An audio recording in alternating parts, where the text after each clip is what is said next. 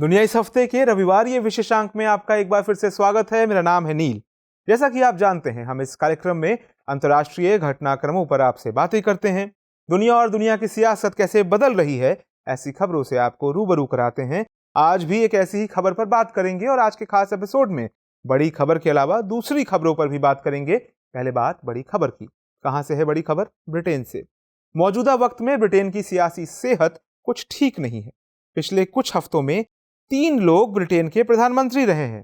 पहले 2 साल से ज्यादा वक्त तक पीएम रहे बोरिस जॉनसन ने इस्तीफा दिया। फिर लंबे इंतजार के बाद लीज ट्रस ने जॉनसन की जगह ली। ट्रस महज 45 दिन ही इस पद पर रही। ट्रस के इस्तीफा देने के बाद उनसे पिछड़ने वाले ऋषि सुनक प्रधानमंत्री के तौर पर चुन लिए गए हैं, जो भारतीय मूल के हैं। हालांकि ट्रस के इस्तीफे के बाद नाटकीय अंदाज में बोरिस जॉनसन अपनी छुट्टियां बीच में छोड़कर ब्रिटेन पहुंचे और माना जा रहा था कि वो चुनाव लड़ेंगे, लेकिन उन्होंने चुनाव लड़ने से मना कर दिया और ऋषि सुनक एक तरह से बिना किसी विरोध के प्रधानमंत्री चुन लिए गए। भारतीय सोशल मीडिया में सुनक की इस उपलब्धि पर खासी प्रतिक्रिया देखने को मिल रही है।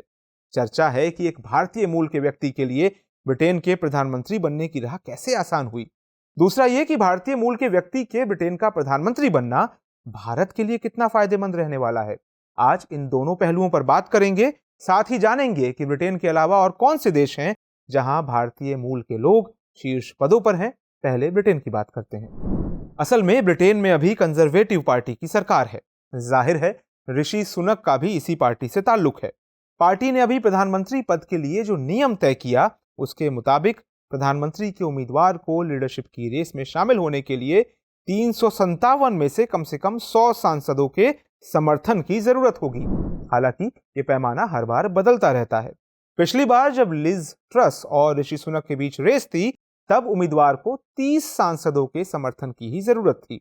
लेकिन इस बार ज्यादा समय ना लगे, इसलिए 100 सांसदों की शर्त रखी गई। ऐसा करने पर अधिकतम 3 सांसद ही चुनावी मैदान में खड़े हो सकते थे, क्योंकि सांसदों की कुल संख्या 357 थी।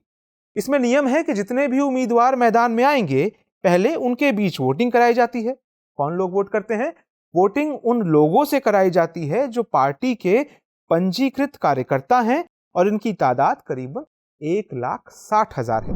इस वोटिंग में कम वोट वाले उम्मीदवारों को हटा दिया जाता है और अंतिम तौर पर 2 उम्मीदवार बच जाते हैं। इन उम्मीदवारों को सांसद अपनी वरीयता के जरिए वोट देते हैं। अगर इसमें दोनों उम्मीदवारों को एक समान मत मिलते हैं, तो आखिरी फैसला पार्टी के सभी सदस्यों के ऑनलाइन वोट के जरिए होता है। अंतिम 2 उम्मीदवारों के बीच पार्टी देश के अलग अलग शहरों में डिबेट भी करवाती है। इन इवेंट्स को हस्टिंग्स कहा जाता है। इसमें उम्मीदवार नीतियों पर बहस करते हैं और दर्शकों के सवालों का जवाब भी देते हैं। हस्टिंग्स में यह भी देखा जाता है कि किस उम्मीदवार ने अपने विजन से लोगों को कितना प्रभावित किया। हस्टिंग्स वाले इवेंट्स में उम्मीदवार की ओर पार्टी के सदस्यों का झुकाव भी देखा जाता है। हालांकि सुनक शीर्ष पदों पर बैठने वाले इकलौते भारतीय नहीं है। पिछले साल ही आपने सुना होगा कि भारतीय मूल की कमला हैरिस संयुक्त राज्य अमेरिका की उपराष्ट्रपति बन गई। इसके अलावा भी दुनिया के कई देशों में भारतीय मूल के व्यक्ति बड़े बड़े ओहदों पर अपनी सेवाएं दे रहे हैं। मगर ब्रिटेन के सिवा 6 और भी देश हैं जिनकी कमान भारतवंशियों के पास है। अगर यूरोप की बात करें तो वहां भारतीय मूल के नेताओं में एंटोनियो कोस्टा का नाम बहुत प्रमुखता से लिया जाता है। एंटोनियो पुर्तगाल के प्रधानमंत्री हैं। सिंगापुर की राष्ट्रपति हलीमा याकूब भी भारतीय मूल की हैं। हलीमा के पिता भारतीय मूल के थे, जबकि उनकी मां मलय मूल की थी। कैरेबियाई देश गुयाना के राष्ट्रपति इरफान अली के पूर्वजों की जड़ें भी भारत से जुड़ी हैं। मॉरिशस के प्रधानमंत्री प्रविंद जगन्नाथ के तार भी भारत से जुड़े हैं। वो बिहार के रहने वाले थे। यहाँ के राष्ट्रपति पृथ्वीराज सिंह रूपन भी भारतीय मूल के राजनेता हैं। पूर्वी अफ्रीकी देश सेशेल के राष्ट्रपति वावेल रामकलावन भी भारतीय मूल के हैं। इनके पूर्वज भी बिहार से जुड़े हुए थे। लैटिन अमेरिकी देश सूरीनाम के राष्ट्रपति चंद्रिका प्रसाद संतोखी भी भारतवंशी हैं। सवाल है कि ऋषि सुनक के प्रधानमंत्री बनने से भारत को क्या लाभ होने वाला है। ऐसा माना जा रहा है कि ऋषि सुनक के पीएम बनने से भारत और ब्रिटेन के बीच आर्थिक स्थिति या आर्थिक संबंध बेहतर हो जाएंगे। इस बात की संभावना ज्यादा है कि भारत और ब्रिटेन के बीच मुक्त व्यापार समझौते पर रजामंदी हो जाएगी। हम ऐसा क्यों कह रहे हैं? ऐसा इसलिए कह रहे हैं क्योंकि दोनों देश इस समझौते पर पहले से ही बात कर रहे हैं, लेकिन इसे अभी तक अमली जामा नहीं पहनाया जा सका है। भारत के साथ मुक्त व्यापार समझौते को लेकर सुनक ने हाल ही में कुछ बयान दिए, जिससे लगता है कि सुनक के पीएम बनने के बाद इस समझौते पर मोहर लग जाएगी। ब्रिटिश वित्त मंत्री रहते हुए ऋषि सुनक ने हाल ही में कहा था कि भारत ब्रिटेन के बीच वित्तीय सेवा के क्षेत्र में मुक्त व्यापार समझौते को लेकर ढेरों संभावनाएं हैं। सवाल है, इस सबसे होगा क्या? एफटीए या फ्री ट्रेड एग्रीमेंट यानी मुक्त व्यापार समझौता के तहत दो देशों के बीच आयात निर्यात के तहत उत्पादों पर सीमा शुल्क, नियामक कानून, सब्सिडी और कोटा ऐसी चीजें सरल बन जाती हैं। इसका एक बड़ा फायदा ये होता है कि जिन दो देशों के बीच ये समझौता होता है, उनकी उत्पादन लागत बाकी देशों के मुकाबले सस्ती हो जाती है। इसके लाभ को देखते हुए दुनिया भर के बहुत से देश आपस में मुक्त व्यापार संधि कर रहे हैं। इससे व्यापार को बढ़ाने में मदद मिलती है और अर्थव्यवस्था को गति मिलती है। इससे वैश्विक व्यापार को बढ़ाने में भी मदद मिलती है। इससे रोजगार के अवसर पैदा होते हैं और इन्वेस्टमेंट आने की अपार संभावनाएं होती हैं। जाहिर है, इन तमाम फायदों से अंतिम तौर पर अर्थव्यवस्था को फायदा मिलता है। इसलिए उम्मीद की जा रही है कि एफटीए पर रजामंदी से दोनों देशों के द्विपक्षीय व्यापार में तेजी आएगी और आर्थिक मोर्चे पर दोनों देशों के बीच रिश्तों को भी मजबूती मिलेगी। ऐसे में माना जा रहा है कि इस समझौते के बाद 2030 तक दोनों देशों के बीच का व्यापार दोगुना हो जाएगा। दूसरी ओर ऋषि सुनक कई बार अपने बयानों में चीन को आड़े हाथों ले चुके हैं। इससे भारत को भरोसा है कि चीन के मुद्दे पर भारत को ब्रिटेन का पूरा साथ मिलेगा। कई मौकों पर सुनक भारत के लिए नरम रवैया अख्तियार करते नजर आए हैं। ऐसे में माना जा रहा है कि ऋषि सुनक के आने से ब्रिटेन का रुख भारत के प्रति सकारात्मक रहेगा और भारत के दुश्मनों पर ब्रिटिश सरकार कड़ी कार्रवाई करेगी। तो खैर, इस कहानी में इतना ही। अब समय है इस कार्यक्रम के रविवार ये विशेषांक दुनिया मेरे आगे की, जिसमें हम बात करेंगे दूसरी अहम अंतर्राष्ट्रीय खबरों की।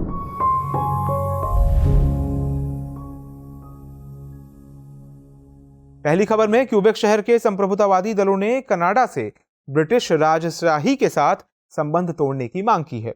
इस मांग वाले दलों की अगुवाई कनाडा के क्यूबेकाइस पार्टी द्वारा की जा रही है, जिसने इस व्यवस्था को काफी खर्चीला और पुरातन प्रतीक के रूप में सूचित करते हुए कनाडा के हाउस ऑफ कॉमन्स में इस संबंध में एक प्रतीकात्मक प्रस्ताव पेश किया है। हालांकि प्रस्ताव के पारित होने की संभावना जरा भी नहीं है, क्योंकि इस तरह के निर्णय के लिए संसद के दोनों सदनों के अनुमोदन के साथ साथ सभी कनाडियाई प्रांतों की सहमति की भी आवश्यकता होती है।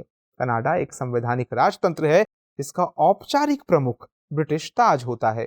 महारानी एलिजाबेथ द्वितीय की हालिया मृत्यु के बाद अब किंग चार्ल्स तृतीय इसके औपचारिक प्रमुख हैं। अगली खबर में इसी हफ्ते इब्राहिम ट्रॉरे ने पश्चिमी अफ्रीकी देश बुर्किना फासो के अंतरिम सैन्य राष्ट्रपति के रूप में शपथ ली है।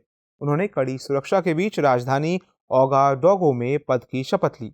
इससे पहले पॉल हेनरी सांडोगो दामिबा यहाँ के राष्ट्रपति थे, जिसके खिलाफ कुछ हफ्ते पूर्व ही कनिष्ठ अधिकारियों की असंतुष्टि का हवाला देकर इब्राहिम ट्रॉरे ने तख्ता पलट किया और उन्हें पद से बर्खास्त कर दिया। इसी साल जनवरी में सांडोगो दामिबा ने भी बुर्किना फासो के अंतिम निर्वाचित राष्ट्रपति रोच मार्क क्रिश्चियन कबोर के खिलाफ तख्ता पलटकर बुर्किना फासो की सत्ता पर कब्जा जमाया था।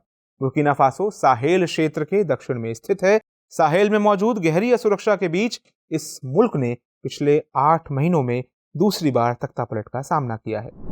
अगली खबर कोरियाई प्रायद्वीप से। अमेरिका, दक्षिण कोरिया और जापान के साझे सूत्रों के मुताबिक उत्तर कोरिया 2017 के बाद पहली बार परमाणु बम परीक्षण फिर से शुरू करने की तैयारी में जुटा है। इस तैयारी ने दक्षिण कोरिया और जापान के साथ उसके सहयोगी अमेरिका की बेचैनी बढ़ा दी है। इसे लेकर अमेरिका ने चेतावनी दी है कि अगर ऐसा हुआ तो वो अपने सहयोगी दक्षिण कोरिया और जापान की रक्षा के लिए परमाणु समेत पूरी सैन्य क्षमताओं का इस्तेमाल करेगा। गौरतलब है कि ये परीक्षण अगर किया जाता है तो ये उत्तरी कोरिया का अब तक का 7वां परमाणु परीक्षण होगा। उत्तर कोरिया इस साल बेहद तेज गति से हथियारों का परीक्षण कर रहा है। हाल ही के हफ्तों में इसने 2 दर्जन से अधिक छोटी और मध्यम दूरी की बैलिस्टिक मिसाइलें दागी हैं। इसमें एक मिसाइल वो भी शामिल है जो जापानी क्षेत्र के ऊपर से दागी गई। और अमेरिकी बाइडेन प्रशासन ने घातक सशस्त्र संघर्ष का सामना कर रहे इथियोपियाई लोगों को टेम्पररी प्रोटेक्टेड स्टेटस यानी टीपीएस का दर्जा देने का ऐलान किया है। इस दर्जे से अमेरिका में रहने वाले इथियोपियाई लोगों को आगामी 18 महीनों में यूएसए से निर्वासित नहीं किया जा सकेगा और उन्हें अमेरिका में वर्क परमिट भी मिलेगा। अमेरिका टीपीएस का दर्जा उसे देता है जो राष्ट्रघातक सशस्त्र संघर्ष, महामारी, आपदा या गृह युद्ध जैसी स्थितियों से उलझा होता है और उसके नागरिकों के लिए अपने देश सुरक्षित लौटना बहुत खतरनाक होता है। वर्तमान में Afghanistan, Yemen, Haiti, Somalia, Cameroon और यूक्रेन के साथ साथ दुनिया के कई अन्य देशों के नागरिकों को अमेरिका में टीपीएस का दर्जा हासिल है, मगर ये पहली बार है कि इथियोपियाई नागरिकों को ये दर्जा दिया गया है। अब नोट कर लेते हैं आज का सवाल है, मुक्त व्यापार समझौता क्या है?